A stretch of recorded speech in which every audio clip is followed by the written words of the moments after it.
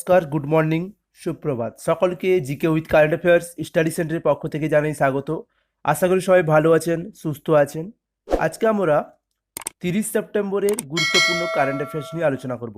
তো বন্ধুরা, প্রথম থেকে শেষ অবধি পুরো ভিডিওটি দেখতে থাকো। এখানে যেসব কারেন্ট অ্যাফেয়ার্সগুলো দেওয়া হয়েছে সেগুলো কিন্তু আপকামিং সমস্ত পরীক্ষার জন্য কিন্তু খুবই গুরুত্বপূর্ণ। তো প্রথম থেকে শেষ অবধি ভিডিওটি দেখতে থাকো।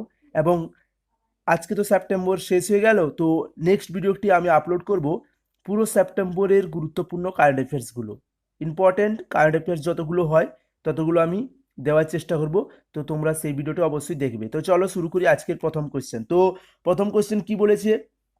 রাজস্থান ও মধ্যপ্রদেশের নগর খাত প্রকল্পের জন্য এশিয়ান উন্নয়ন ব্যাংক কত টাকা লোন দিয়েছে বা কত টাকা অনুমোদন করেছে? ওকে, তো অপশান হয়েছে $570 মিলিয়ন, $620 মিলিয়ন, $490 মিলিয়ন।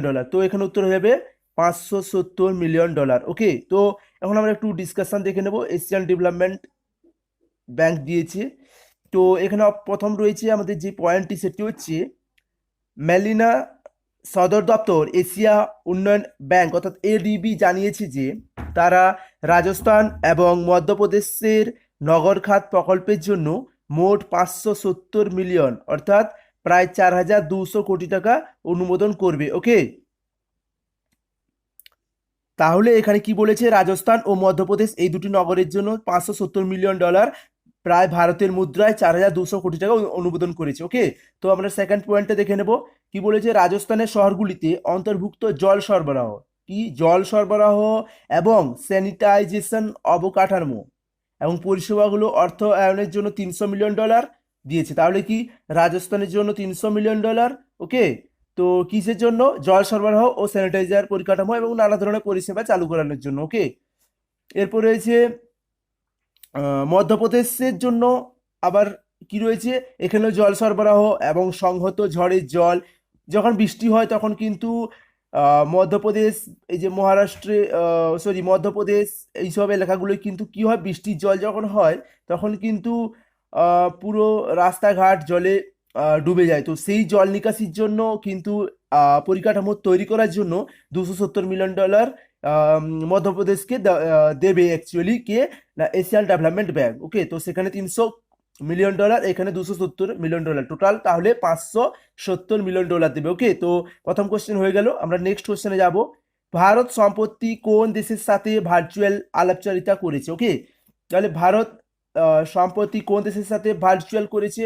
বর্তমান প্যান্ডেমিক, তো সেই প্যান্ডেমিকের কারণে সমস্ত দেশের সঙ্গে যাই বৈঠক হোক না কেন সেই ভার্চুয়ালি হবে, কোনো ফিজিক্যাল অ্যাটেন্ডেন্স আর হবে না বর্তমানের জন্য। তো পরবর্তীকালে অবশ্যই হবে। তো যতদিন পর্যন্ত এই যে প্যান্ডামিকটা থাকছে ততদিন পর্যন্ত এটা সম্ভব নয়। ওকে, তো অপশান হচ্ছে চায়না, পাকিস্তান, শ্রীলঙ্কা। তো এখানে উত্তর হয়ে যাবে শ্রীলঙ্কার সঙ্গে সম্প্রতি রিসেন্ট ভার্চুয়াল মিটিং হয়েছে। ওকে, তো উত্তর হয়ে যাবে শ্রীলঙ্কা। আমরা দেখে নেব কি সব ব্যাপারে আলোচনা হয়েছে। ওকে, তো চলো। তো এখানে প্রথম পয়েন্ট রয়েছে, প্রথম পয়েন্টে তাহলে কি রয়েছে?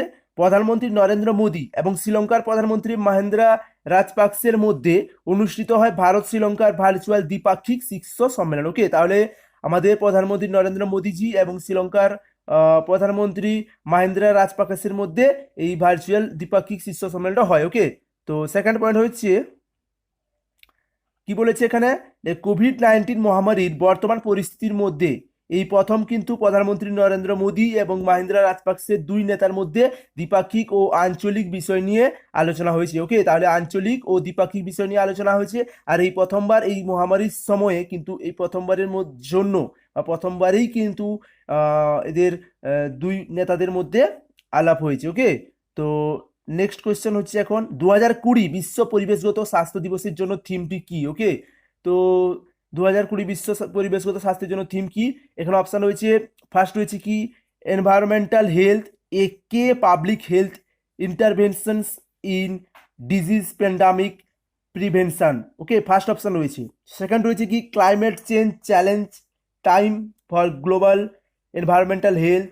থার্ড পয়েন্ট রয়েছে global food safety and sustainability in disease pandemic prevention. Okay, তো এখানে উত্তর হয়ে যাবে তাহলে কি এনভায়রনমেন্ট হেলথ প্লাস কি এ কি public health intervention in disease pandemic prevention. Okay, বর্তমানে তাহলে আমাদের বর্তমানে কি রয়েছে, ডিজিজ চলছে, প্যান্ডামিক চলছে, করোনা ভাইরাসের জন্য প্যান্ডামিক চলছে, তার জন্য কিন্তু বর্তমানে বিশ্ব পরিবেশগত স্বাস্থ্য দিবসের বর্তমান থিম এটাই রয়েছে, কারণ বর্তমানে আমাদের সবচেয়ে বড় চ্যালেঞ্জ হচ্ছে এই করোনা প্যান্ডামিক। ওকে, তো এটার জন্য থিম রয়েছে বর্তমানে। ওকে, তো উত্তর হয়ে যাবে এ। তো একটু ডিসকাশনে দেখে নেব।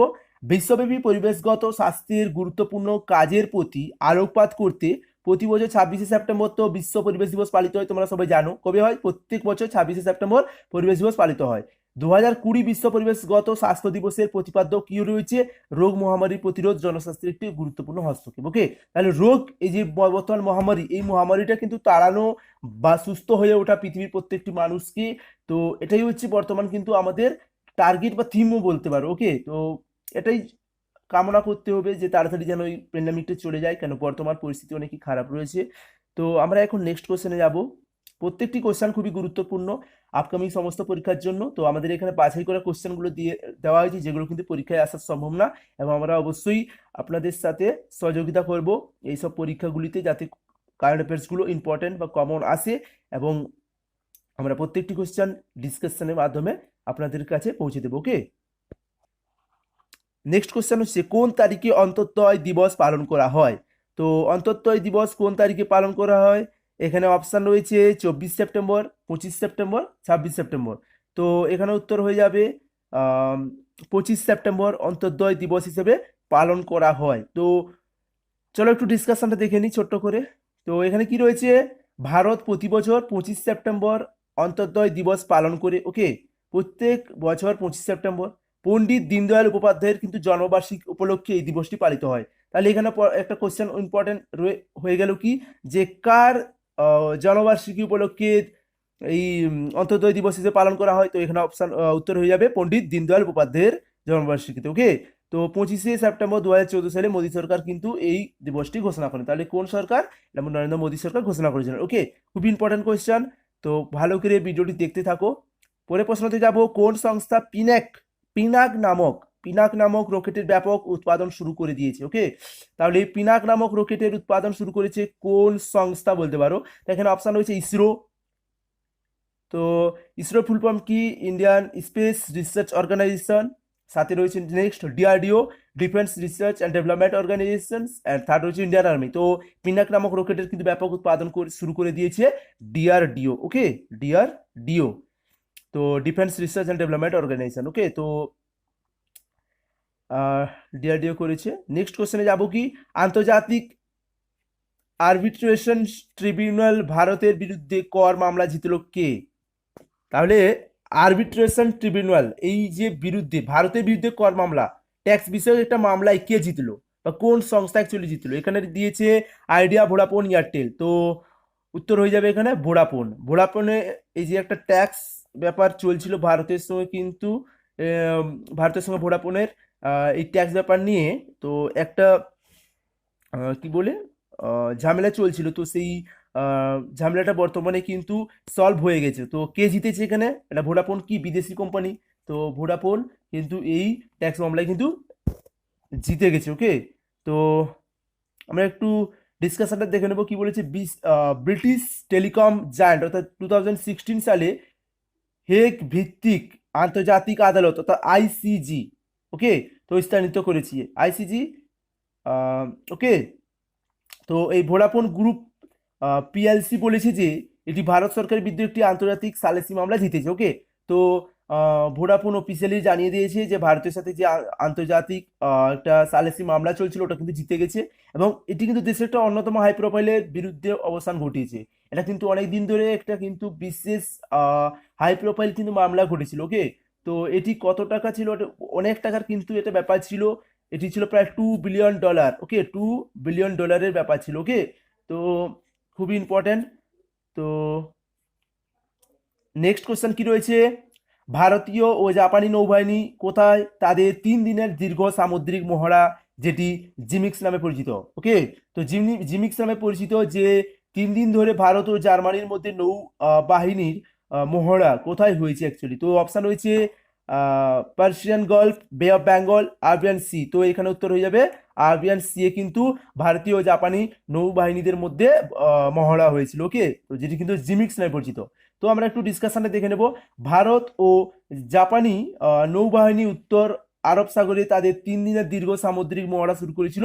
এটি জাপান মেরিটাইম দ্বিপক্ষীয় অনুশীলনীর চতুর্থ সংরক্ষণ। ওকে, তাহলে কি বললো, ভারত জার্মানির মধ্যে কিন্তু উত্তর আরব সাগরে 3 দিনের মহড়া হয়েছিল, এবং এটি কি জাপান মেরিটাইম দ্বিপক্ষীয় অনুশীলন হিসেবে এটা চতুর্থ সংস্করণ। ওকে, এটা হচ্ছে কত সংস্করণ? চতুর্থ সংস্করণ। ওকে, তাহলে কিন্তু আমাদের ইম্পর্টেন্ট কোশ্চেনগুলো তোমরা অবশ্যই খাতায় লিখে রাখো বা ভালো করে দেখে নাও, পরীক্ষায় কিন্তু আসার সম্ভাবনা খুবই খুবই বেশি। ওকে, তো আমরা এখন নেক্সট কোশ্চেনে যাব। পরের প্রশ্নটি হচ্ছে, উত্তরপ্রদেশের প্রথম শকুন সংরক্ষণ ও প্রযোজন কেন্দ্র কোথায় প্রতিষ্ঠিত হয়েছে? শকুন, শকুন যে একটা ভালচার, যে প্রাণীটি, ওটাকে এখন সংরক্ষণ করা হবে। কেন? বর্তমানে কিন্তু এই যে শকুন খুবই কম দেখা যায়, প্রায় বিলুপ্ত হয়ে গেছে। তো সেই বিলুপ্ত হয়ে যাওয়া প্রাণীকে কিন্তু সংরক্ষণের চেষ্টা করছে উত্তরপ্রদেশ গভর্নমেন্ট, এবং উত্তরপ্রদেশে প্রথম কিন্তু এই শকুন সংরক্ষণ ও পর্যটন কেন্দ্র কোথায় প্রতিষ্ঠিত হবে। তো আমরা খুব একটা ভালো পদক্ষেপ, কেননা আমাদেরকে প্রাণীদেরকে কিন্তু বাঁচিয়ে রাখতে হবে, সাথে সাথে এনভায়রনমেন্টের, তো ইকোসিস্টেমকে বজায় রাখতে হবে। না হলে কিন্তু শুধু মানুষ থাকলে কিন্তু হবে না, সমস্ত প্রাণীকে থাকতে হবে, তবেই কিন্তু আমাদের এই ইকোসিস্টেম সমস্ত কিন্তু কিন্তু সার্কেল হিসেবে চলতে থাকবে। না হলে কিন্তু একটা যদি একটি ধাপ যদি ভেঙে যায়, তাহলে কিন্তু পুরো সিস্টেমটাই কিন্তু ধ্বংস হয়ে যাবে। ওকে, তো আমরা একটু দেখে নেব কোথায় তাহলে হয়। হচ্ছে অপশান হচ্ছে মিরাট, সামেলি, গোরখপুর। ওকে, তো এটার উত্তর হয়ে যাবে গোরখপুর। তো আমাদের কিন্তু এটাই কর্তব্য হিসেবে নিয়ে নিতে হবে যে আমরা থাকবো, সাথে সাথে সমস্ত প্রাণীকেও এই জগতে থাকতে হবে, কারণ ওদেরও অধিকার, শুধুমাত্র প্রাণী মানুষদের অধিকার নেই। পৃথিবীতে সমস্ত প্রাণীরই কিন্তু অধিকার রয়েছে পৃথিবীতে বাঁচার জন্য। ওকে, তো উত্তর হয়ে গেল গোরখপুর। ওকে, তো আমরা একটু ম্যাপে দেখে নেব কোথায় রয়েছে এই গোরখপুরে। এটা হচ্ছে উত্তরপ্রদেশ, আর এটাই হচ্ছে গোরখপুর। ওকে, এটাই হচ্ছে আহ, গোরখপুর। ওকে, তো আমরা একটু ডিসকাশনটা দেখে নেব। কি বলেছে, উত্তরপ্রদেশে এই প্রথম কিন্তু প্রথম শকুন সংরক্ষণ আহ, এবং প্রযোজন কেন্দ্রটি কোথায় তৈরি হবে? গোরখপুর বন বিভাগে। ওকে, বন বিভাগে ফারেন্দা রেঞ্জের, ফারেন্দা একটা রেঞ্জ রয়েছে, সেই ফারেন্দা রেঞ্জের ভারিবাইসি গ্রামটির নাম কি? ভারিবাইসি নামক গ্রামে কিন্তু এটি প্রতিষ্ঠিত হবে। ওকে, তো নেক্সট পয়েন্ট কি রয়েছে, শকুনের প্রযোজন ও সংরক্ষণ কেন্দ্রটি ভারতের প্রথম হবে যা রাজা শকুনকে এবং উত্তরপ্রদেশের প্রথম শকুন সংরক্ষণ প্রযোজন কেন্দ্রকে উৎসর্গ করবে। ওকে, তো খুবই একটা ইম্পর্টেন্ট কোয়েশ্চেন, এবং এটা কিন্তু ভালো পদক্ষেপ নিয়েছি, তো আই থিঙ্ক আমার মতে। ওকে, তো নেক্সট কোয়েশ্চেনে যাব। সম্প্রতি শেখর বসু মারা গেলেন। ওকে, শেখর বসু মারা গেলেন, তো তিনি কোন পুরস্কার গ্রহণ করেছিলেন? শেখর বসু কিন্তু একজন আমাদের কাছে ইন্সপিরেশন হিসেবে রয়ে গেছেন, এবং ওনার আত্মার শান্তি কামনা করি। তো অপশান হচ্ছে পদ্মবিভূষণ, পদ্মভূষণ, পদ্মশ্রী। তো এখানে উত্তর হয়ে যাবে শেখর বসু। তো তিনি কোন পুরস্কার সম্মানিত হয়েছিলেন? পদ্মশ্রী। তো চলো ওনার সম্পর্কে একটু দেখে নিই। তো কি বলেছে এখানে, প্রবীণ পরমাণু বিজ্ঞানী ও পরমাণু শক্তি কমিশনের প্রাক্তন চেয়ারম্যান শেখর বসু কিন্তু COVID-19 অর্থাৎ কোভিড-19 কারণে শেষ নিঃশ্বাস ত্যাগ করেন। এই কোভিড-19 জন্য ভারতের কত বড় বড় রত্ন কিন্তু মারা গেলেন, অর্থাৎ আমাদের ছেড়ে চলে গেলেন। তো ওনাদের সবার জন্য আমরা আত্মার শান্তি কামনা করি, এবং আমাদের যেসব ফ্রন্ট ওয়ারিয়ার রয়েছেন ওদেরকে আমরা জানাই স্যালুট। ওকে, তো কি বলেছে, তিনি ভারত সরকারের সেক্রেটারি ছিলেন, পারমাণবিক শক্তি বিভাগ এবং ভাব্বা পারমাণবিক যে গবেষণা কেন্দ্র রয়েছে সেখানকার পরিচালক হিসেবে তিনি দায়িত্ব পালন করেছেন। তাহলে তিনি অনেকেই কিন্তু অনেক বিভাগের কিন্তু ভারতের হয়ে কাজ করে গেছেন, ভারতের সম্মানকে, ভারতে গর্ব তিনি। ওকে, তো তিনি জন্মগ্রহণ করেছিলেন কবে? 1952 সালে বিহারের মুজাফফরপুরে। ওকে, তো খুবই একটা গুরুত্বপূর্ণ কোয়েশ্চেন, এইসব কোয়েশ্চেনগুলো কিন্তু অবশ্যই আসবে। রিসেন্ট কিন্তু অনেক ভারতীয় রত্ন মারা গেলেন, তো ওনাদের ব্যাপারে অবশ্যই কোয়েশ্চেন আসতে পারে, তো তোমরা অবশ্যই দেখে নেবে প্রত্যেকটি কোয়েশ্চেনকে। তো নেক্সট রয়েছে কি, অর্থাৎ আজকে আমাদের লাস্ট কোয়েশ্চেন, কোন শহর পৃথিবীতে প্রথম হয়ে উঠেছে যা শহরে গণপরিবহন চার্জ ও বৈদ্যুতিকের জন্য পুরোপুরি ওয়্যারলেস সিস্টেম করবে?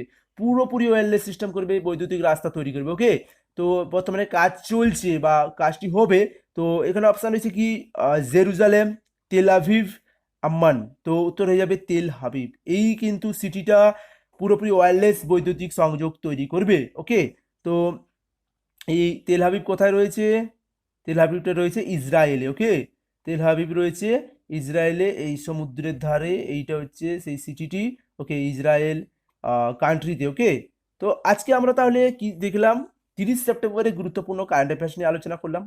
আমি তোমাদের প্রথমেই জানিয়ে দিয়েছি যে এই পুরো সেপ্টেম্বর মাসের একটি পুরো মান্থলি কারেন্ট অ্যাফেয়ার্সটি আসবে, প্রোভাইড করা হবে। ইম্পর্টেন্ট কোয়েশ্চেনগুলো থাকবে, তো তোমরা অবশ্যই প্রথম থেকে শেষ অবধি পুরো ভিডিওগুলো দেখতে থাকবে, কেন কারেন্ট অ্যাফেয়ার্স কিন্তু একটা ভাইটাল রোল প্লে করে প্রত্যেকটি এক্সামের জন্য। ওকে, তো কোয়েশ্চেনগুলো খুবই ইম্পর্টেন্ট, তো তোমরা একবার দেখে নেবে। তো আমাদের এই চ্যানেলে কিন্তু পরবর্তীকালে আমাদের টিম কাজ করছে ক্লাস 6 থেকে 12 পর্যন্ত পড়ানোর জন্য, এবং সাথে সাথে আপকামিং সমস্ত পরীক্ষার প্রিপারেশন দেওয়ার জন্য। তো তোমরা অবশ্যই চ্যানেলে যদি নতুন হয়ে থাকো, অবশ্যই চ্যানেলটিকে সাবস্ক্রাইব করবে, সাথে সাথে লাইক কমেন্ট ও শেয়ার করবে। এবং পরের ভিডিওতে দেখা হচ্ছে। জয় হিন্দ, বন্দে মাতরম।